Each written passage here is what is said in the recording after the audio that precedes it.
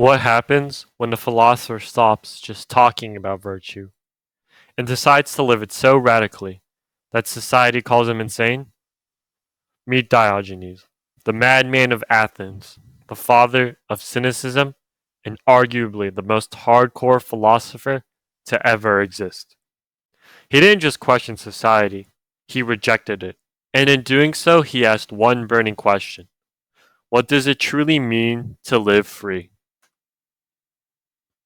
Diogenes was a Greek philosopher in the 4th century BC. He wasn't a writer, he wasn't a lecturer, he was a walking revolution. Banished from his hometown for defacing currency, he arrived in Athens with nothing, and decided to keep it that way. He owned nothing but a cloak, a walking stick, and a bowl. Until one day, he saw a child drinking from his hands, and he said to himself, "A child has beaten me in plainness of living." So he threw away the bowl too.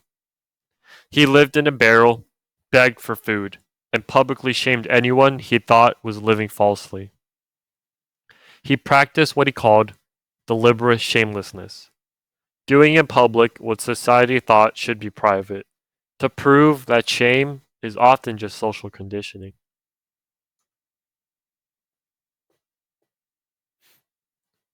Diogenes wasn't just a shock artist, he founded cynicism, a philosophy that preached radical simplicity, self sufficiency, and freedom from all artificial needs. Diogenes embraced a dog like behavior, living like a dog to show that nature is wiser than culture. He believed most people were enslaved by money, by comfort, and by reputation. And as he famously puts it, he has the most who is the most content with the least. The Cynics avoided books, avoided theory, and avoided institutions. They believed in action over discourse. Philosophy wasn't something you talked about, it was something you did every single day.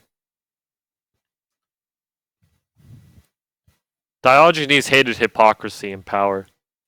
He publicly mocked Plato, calling his lectures wasteful chatter.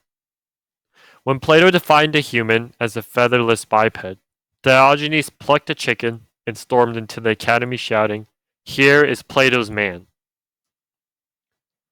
Even Alexander the Great wasn't safe. One day, Alexander found Diogenes sunbathing and he said, "I am Alexander the Great." Diogenes replied, "And I am Diogenes the dog." Alexander admired him and offered him anything he wanted. Diogenes answered, "Yes, stand out of my sunlight." And that's Diogenes. You can't bribe a man who's already free. Diogenes died with as little as he lived, but his legacy lived on.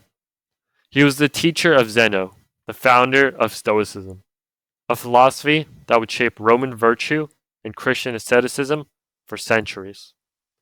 The Cynic life was harsh, but it was honest. It said, happiness isn't found in things, it's found in virtue, in nature, in freedom. No temples, no wealth, no followers. Just the raw, unfiltered pursuit of truth, lived shamelessly. In a world obsessed with luxury, attention, and appearances, Diogenes reminds us you don't need more, you need less. You don't need to belong, you need to be free. Maybe that's why, over 2,000 years later, we still remember the man who lived in a barrel and made the whole world rethink what matters most.